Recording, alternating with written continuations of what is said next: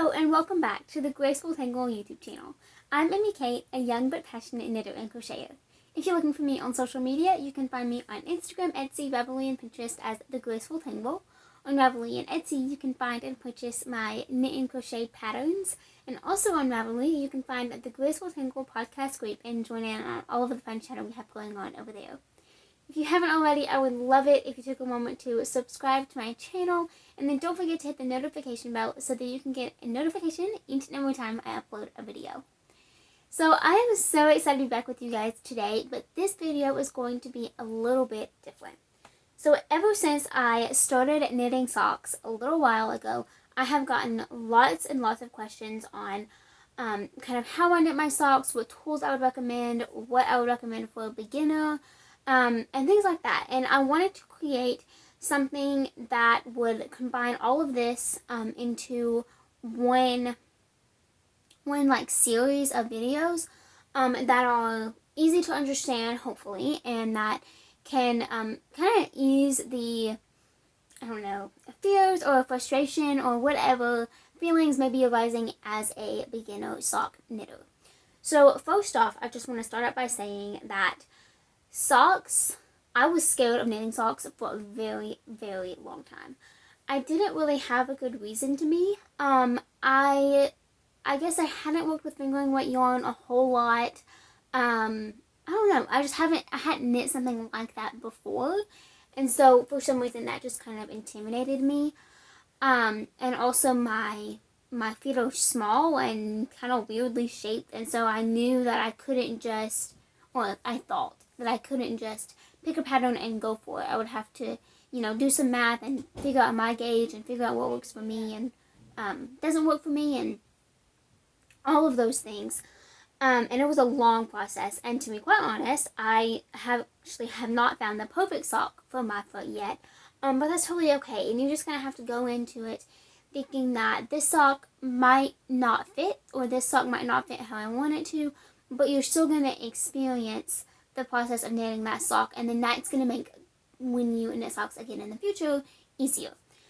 So in this video, I want to talk about the tools that you need, or the tools that I would recommend that you have to get started knitting socks. Now, tools to me for sock knitting, minus the yarn, is really the most important thing when knitting socks, because if you don't have a method that you enjoy, or if you don't have the right materials, you're not going to enjoy knitting socks, and you might not even be able to if you just don't have the right materials. So I would highly, highly recommend choosing a method, whether that be one of the ones that I talk about today or a different method. Choose a method, buy or purchase or find the materials that you need for that method, and then make that purchase kind of as like a little treat to yourself. Like if you think, okay, I think I might enjoy this, but in order to enjoy it, I need to have this pair of needles, or I need to have this type of yarn, I would highly recommend just going for it and doing it. Because if you are using materials that you enjoy and things that you love, then you are so much more likely to be successful in the long run. If you're using these cheap needles that you got for a great deal, but you don't really enjoy using them, then you're going to feel good because they were cheap, I guess, if you're that type of person, but you're not going to enjoy it because you're not using something that you like. It's not comfortable for you. So I just want to encourage you to go for it, budget for it, ask for the materials for Christmas or your birthday or something like that, and then go for it. So again, today I'm going to talk all about tools. So I'm going to chat about what might work better for you, what works for me, what I'm still experiencing or experimenting with, and all of those things. So let's just get started. I have a big basket here full of stuff to chat about. I'm going to try to lower it so that it's not directly on screen, but I'm not quite sure if I can do that. Here, let's put it on the floor. There we go. I have to go up and down, but that's okay. Alrighty, so the first thing that I want to talk about is needles. Now, before we continue, I want you to think in your mind, what needles do I like using? If I am knitting in the round, what is my favorite method? The most common three are one circular needle, so that means that the circumference is compatible with the amount of stitches that you have on your needle, whether that be 9-inch circular, 12-inch, 16-inch, 32, etc. Double pointed needles, or magic loop. Those are you could also do, I guess, 2 circulars. I have personally never tried that method, but I know that some people do that as well. So I would choose one of those methods, or think of one of those methods that you enjoy doing the most, and then go from there. Personally, if I am knitting in the round, I prefer to use one circular needle and let that circular needle be compatible with the amount of stitches that I have on my needle. So for me, if I'm knitting socks, that would be a 9-inch circular needle. If I'm knitting a hat, that would be a 16-inch. A cowl would be about 18 inches. A sweater, that kind of depends, 24 to 32, depending on the positive ease, honestly. But something like that. Now, from there, I have totally branched out, especially in sock knitting. I have found that I actually don't mind knitting socks on DPNs. However, I do not enjoy using DPNs for things like hats or sleeves on sweaters, because that typically requires me to use a larger size DPN, which so far is not something that I have found as comfortable for me. Now, that being said, I would totally love to branch out in the double pointed needle world and really kind of address that issue of me not liking it, I guess, and kind of see why I don't like it. But in the long run, I would just recommend that you stick to a method that you enjoy, at least for your first pair, and then see what goes from there. So I'm going to talk about a few needles that I really enjoy and that I would recommend to you guys. So the first thing, I have most of them in one specific case, and it is this one. So this is where I store most of my sock needles and things that I need to knit socks. I like having it all in one place. Granted, my stitch markers and project bags aren't in this case, but, the needles at least.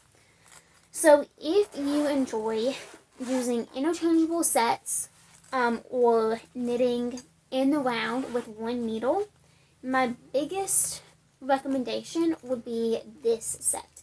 This is the Chiaogu Mini Twist Interchangeable Set. These are the shorties. So with this set, you will receive, I don't even know the number in my mind, 1, 2, 3, 4, 5, 6, 12 sets of tips, ranging from sizes 0 to 3. Is that right? Yes, 0 to 3. So 0, 1, 1.5, 2, 2.5, and 3. Now, the reason you have 2 sets of each is because one set has these size tips and one set has these size tips. Now, you will notice that these are significantly longer than these. I personally believe that the reason they did that was so that if you are working in a round, specifically on a small circumference, so 9-inch, you can have the shorter needle in your left hand. So if you're right hand dominant, if you're a right hand knitter, you can screw the cable on and keep the short needle on the left side and the long needle on the right side.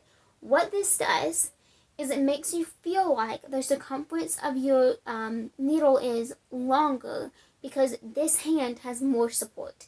In this hand, the stitches are gliding onto the needle very easily because the needle tip is so short. Now that is what I have found.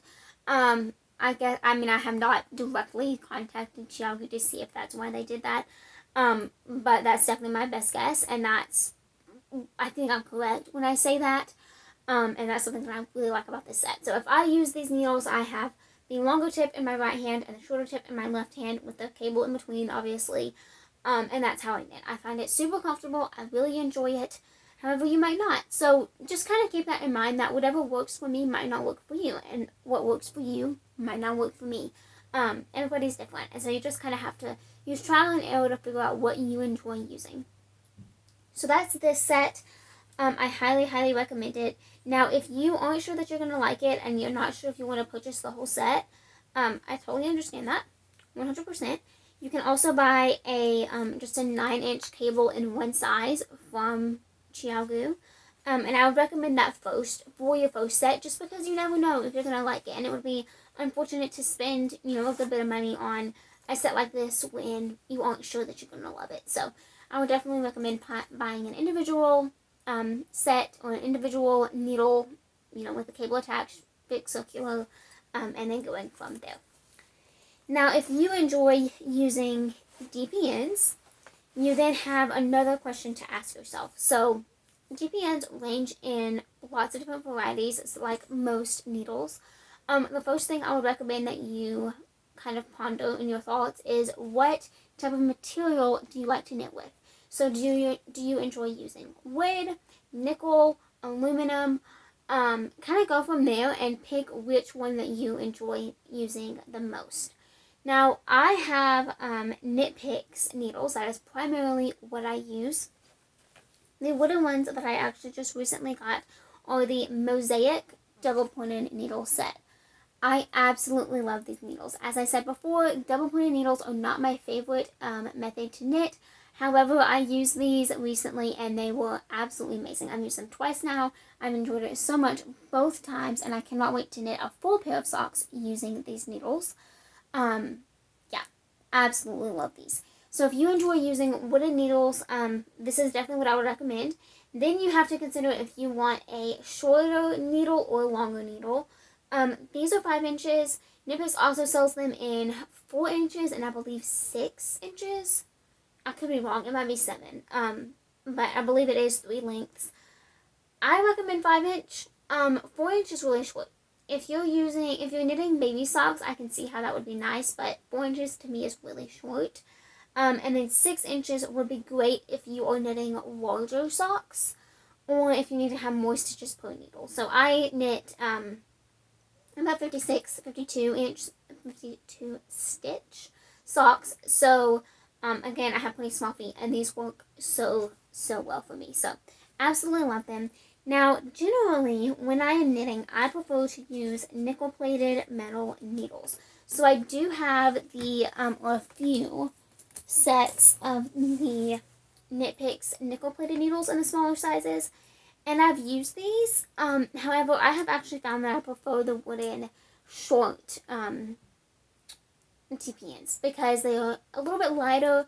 They aren't as slick, which usually is not what I would enjoy, but for knitting with DPNs, I find it better, because my problem has always been when I use DPNs, it's been a struggle, by the way. My problem has always been that I'm knitting and the needle slides out and leaves all of those stitches that were on that needle live. And while that is, fairly easy to fix now, it definitely wasn't always when I was more of a beginner knitter. So unless you are so confident that you're going to enjoy the nickel plated the best, I would recommend starting with wood DPNs and then working your way up from there. Okay, so now we've talked a little bit about DPNs and a traditional one needle circular needle. Now let's talk about magic loop.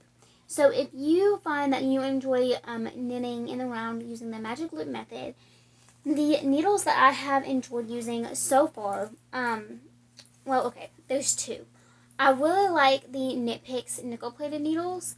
However, I've only had 1 pair of them, and I did use them, but they have since broke, so I do not use them now, of course.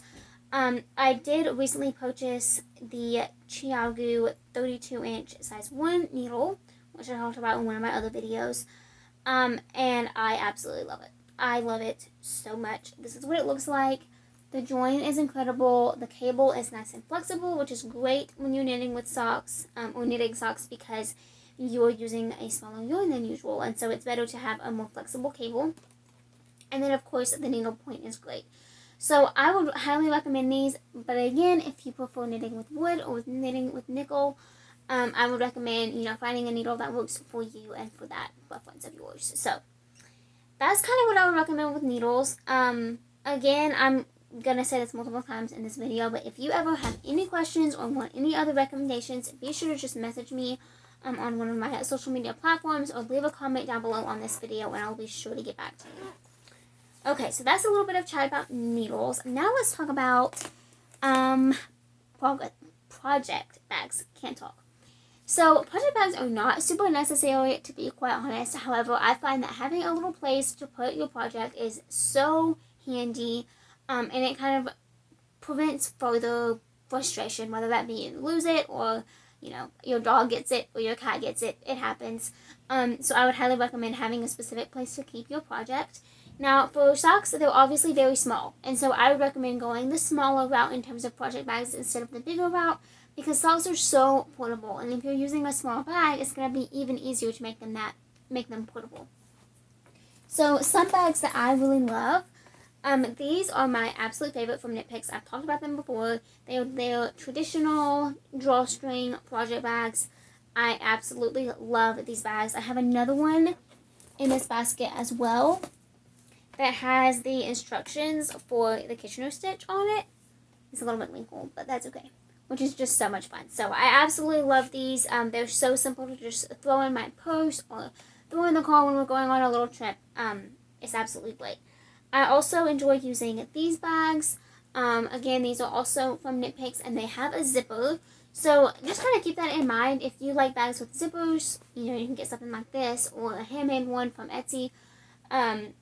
If you like drawstring, I would highly, highly recommend these because they're amazing. So yeah, that's a little bit about project bags. Again, everything is just about your preference. So I want to show what I enjoy using, but be sure to keep in mind that we're different and that you are going to love different things, and that is 100% okay. Now I just want to talk about, lastly, just a couple of other notions that aren't as necessary, but that I would still recommend having at least a couple of. The first is stitch markers. So some people, stitch markers are kind of unique depending on you. I found that with knitting socks, some people enjoy marking every 10 rounds, so that it's easier to make their socks the same size when they have finished the first one and are now making the second one. Now, that is something that I have not done yet. However, it is something that I will do in my next pair of socks because I can 100% see the value in it, and I'm looking forward to doing it. With people who do that, I have seen them use these light bulb stitch markers, which look like this the most. I've seen some super, super cute rainbow ones. These are actually old tags from clothes, so that's super nice. So yeah, I have a whole bunch of those, and so I'm really looking forward to using them on my next pair of socks so that I can make sure that I'm knitting them the same exact way both times. You can also use a stitch marker. If you're working in the round, you're going to need a few to kind of make sure that you're starting in the right place each round and things like that. So that definitely kind of goes with whatever method you're using. If you're doing DPNs, you won't need a beginning of the round stitch marker, but I would recommend having a stitch marker to mark like what needle marks the beginning of the round. If you're working in the round on a 9-inch circular, you will need a beginning of the round marker, so just kind of keep that in mind. But yeah, I love those ballpoint stitch markers. No, light bulb stitch markers. I also love just some traditional like jump wing stitch markers. So I have these ones, and then these super cute ones that are actually a little sock, and they have a jump wing on the top here. So again, just use what you love. Alrighty, and then the last couple of things. First off is sock blockers. Now, personally, I don't think that sock blockers are 100% necessary. Some people love blocking socks. Some people never have done it. Whatever your preference is. I mean, again, it's all about your preference. It's all about doing what works best for you. I have not blocked socks yet. However, I guess I have left some socks on the sock blockers for a little while. So you kind of have to wet your socks in order for it to really count, I think. But, yeah, I am going to wear my socks all the time. So for me personally, there's not a huge reason to block them. However, I love having these sock blockers because for me, it makes it so much easier to show my socks off to you guys. So yes, these are some sock blockers that I got from Knit Picks. They're really basic. They come in small, medium, and large. This is the smallest size, and they have dimensions and measurements and kind of other things to help you choose the right pair for you on their website. So you can check that out. But yeah, that's sock buckles. And then of course you can get some beautiful ones from Etsy. I've seen some gorgeous like wooden ones that you can get your name engraved, or another design. They're beautiful, but these plastic ones are also amazing. And then this sock ruler is also something from Knit Picks. However, lots of other places have it too. I highly recommend it if you are wanting to knit socks for other people, such as for gifts, and you don't want them to know, or something like that, because it has the measurements of foot sizes per shoe size, which is really handy. So this is the Sock It To Me ruler. This is super handy. And then last but not least is cozies if you are using DPNs.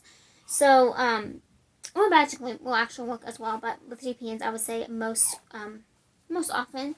This is a kind of like sturdy cardboard case that I received from Knit Picks. So you just stick your sock down in there, and then your needles, your sock sticks out, and then your needles are in this tube. However, there are also some sewn ones that you can find on Etsy and things like that. So if you're using DPNs, I would highly recommend getting something like that. 9-inch circulars, you will probably want like point protectors, not a cozy. And then with magic loop, it's totally your preference. You can use a cozy, or you can use needle protectors, whichever you prefer. So that's a little bit about all of the tools that you will need to knit socks and all of the things that I use. Again, if you have any questions, please leave them in the comments below, or message me on Instagram, or send me an email. I totally want to help you out, but I want to do it in a way that really helps you the most, instead of just, putting another tutorial out there. There are so many amazing sock knitting tutorials, but I haven't seen a whole bunch of videos about what you actually need and what works best for you. So I wanted to kind of provide that for you guys. Again, if you have any questions, please let me know. I am more than happy to answer them. So this will be part 1 of this series. Next, in the future videos, we will talk about yarns and patterns, and then actually getting started with your first pair of socks. So I hope that you are excited about this new series. Be sure to like this video if you enjoyed it, and then subscribe to my channel, and then hit the notification bell so that you don't miss out on any other videos. Thank you so much for watching, and I will see you all again next time. Bye!